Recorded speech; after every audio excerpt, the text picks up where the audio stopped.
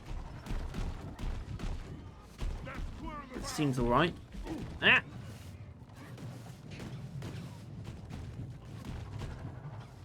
Damn flares could need an upgrade.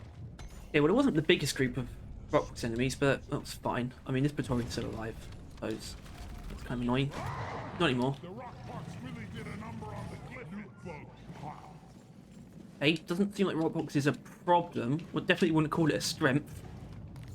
This build, but that was fine. Yeah, I guess that was that, and I guess the only thing now of really note to show off is the actual defending a point kind of thing. So I'll skip to the next stage of the mission, I suppose. Are they Apoca Blooms or are they yellow tubers? I can't tell the difference. But honestly, they actually do blend in with each other quite well. What the hell? Anyway, what am I doing? Wasting time. Oh, I just started the upload process and I forgot to. Anyway, here we go.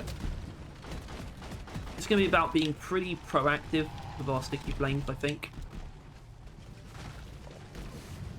And obviously, you know, it's got vending mission, I've got a good amount of nitra. One of the situations where I kind of afford to be quite liberal with my usage. Do not leave the triangulation zone. We're losing you.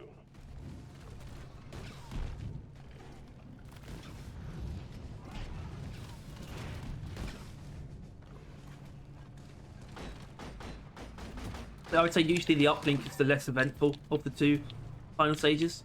So I'm definitely gonna show both. 55%, almost there. Die!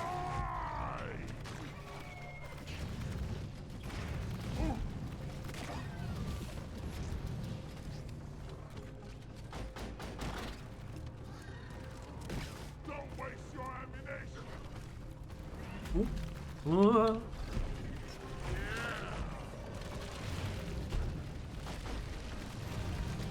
Triangulation Pretty sure. completed. Remote established.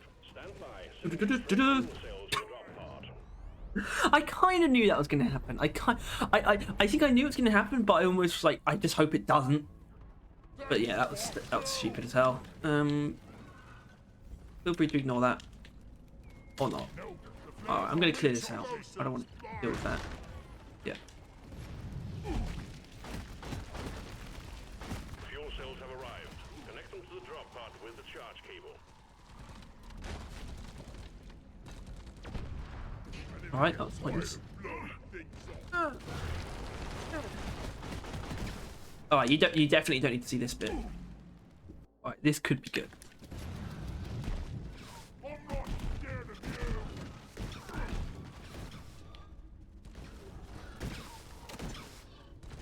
I mean, it was okay. This.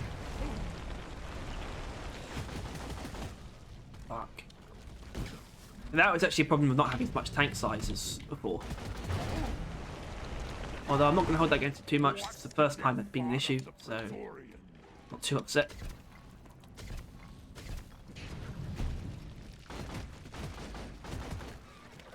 Yeah, I was considering doing a bonus round, but I think based on how this is going, I would say not. Unless I can get a Betsy. Betsy's the perfect bonus round because it's usually so quick.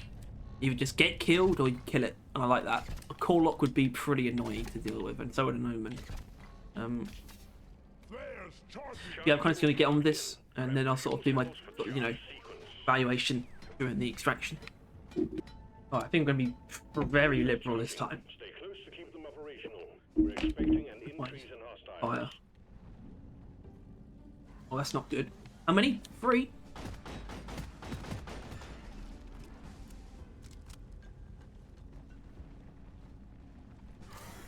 Oh, hell. No, I'm not having this. Go beat them up. Get back there. Stay close to the fuel cells. You're jeopardizing the mission. You need Yeah, I know. to the fuel cells. Okay, maybe that wasn't worth it. That will teach you. Flares. Recharging.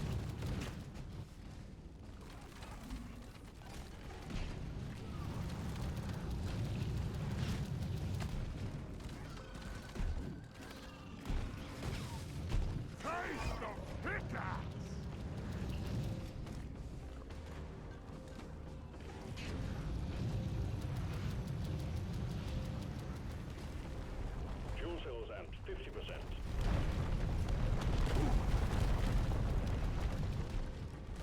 Here, have some extinction. Because even that didn't seem to be working. Okay, so actually, To the fuel I'm cells.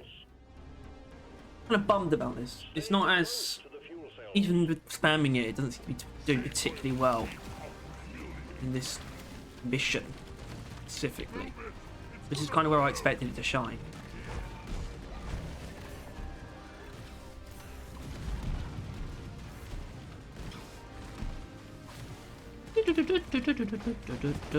Oh look, it's Web Splitter City.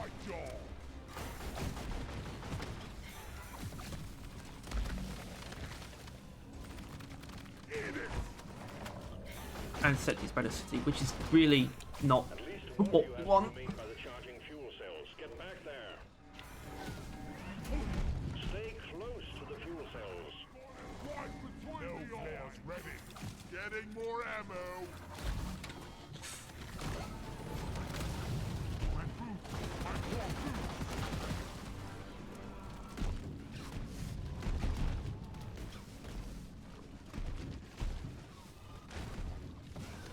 Things about to blow up.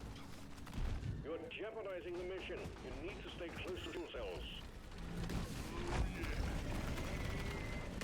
Bloody hell, you're hot to kill. Fuel cells at 75%. You're almost there. Oh no, this is bad. This is bad.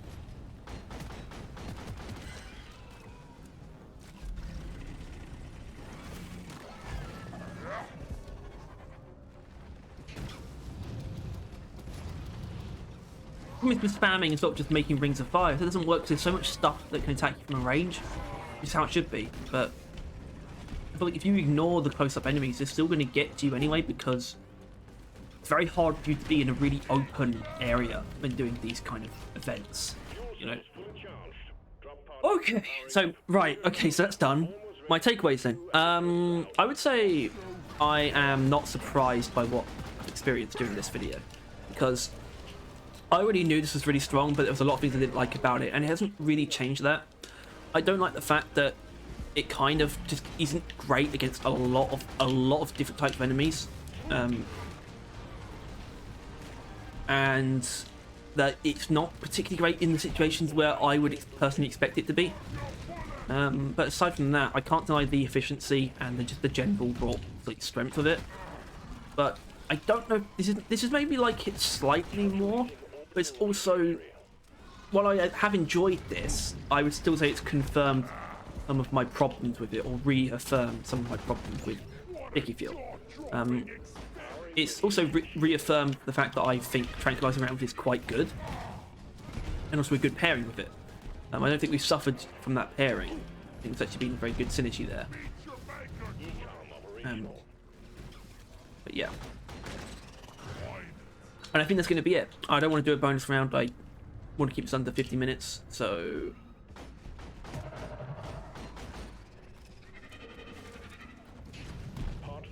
yeah, if you enjoyed this episode of Build Showcase, then please make sure to like and subscribe. And if you want to see more videos like this, and instead of everything to do with Deep Rock and Road Core, then please click the notification bell as well.